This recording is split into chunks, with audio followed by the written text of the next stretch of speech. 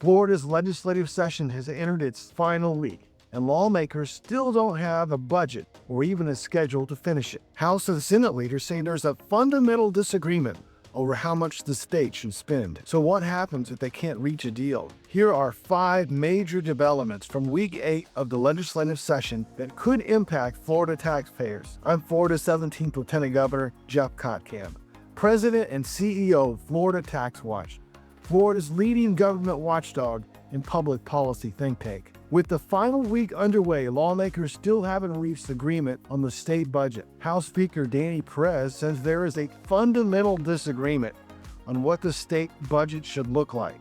His summary is straightforward. The House wants to spend less. The Senate wants to spend more. And according to the Speaker, the House is not planning to be very flexible. The divide is now affecting legislation as well. Many priority bills from the House, Senate, and the governor are dead or in serious trouble. At this point, lawmakers are not close to a solution, and overtime is almost certain. One signal lawmakers are preparing for that possibility. The House Rules and Ethics Committee approved a rule allowing members to fundraise during extended or special sessions. While the budget remains unresolved, the House did move forward on tax relief. Lawmakers passed HB 731, a tax package providing $248 million in total tax savings, including $93 million in recurring relief.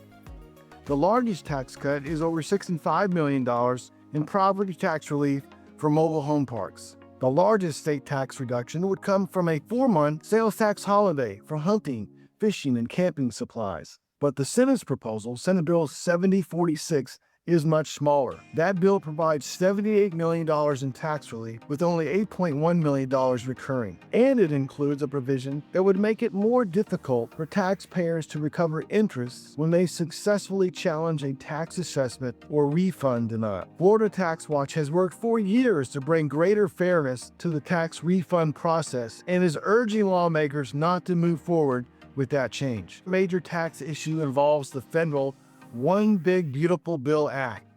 Florida typically aligns portions of its corporate tax code with federal law through what is known as a piggyback bill. But this year, both chambers are moving forward toward decoupling entirely from the federal tax relief included in that legislation.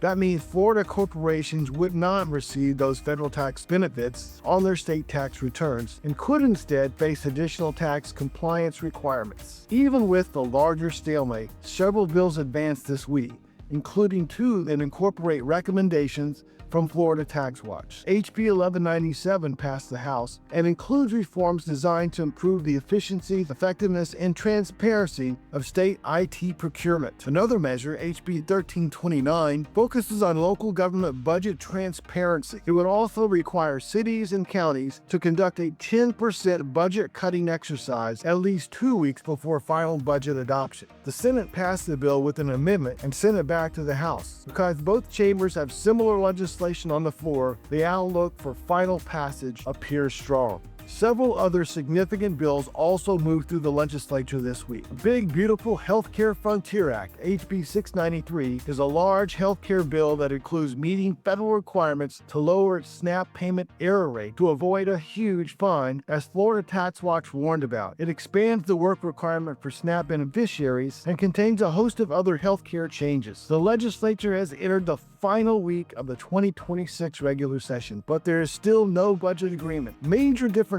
on tax relief and several major policy questions unresolved. In the days ahead, we will see what lawmakers can accomplish. As for finishing on time, the only question is, will there be an extended or a special session? For continued updates and independent analysis on these and other taxpayer issues, please visit floridataxwatch.org.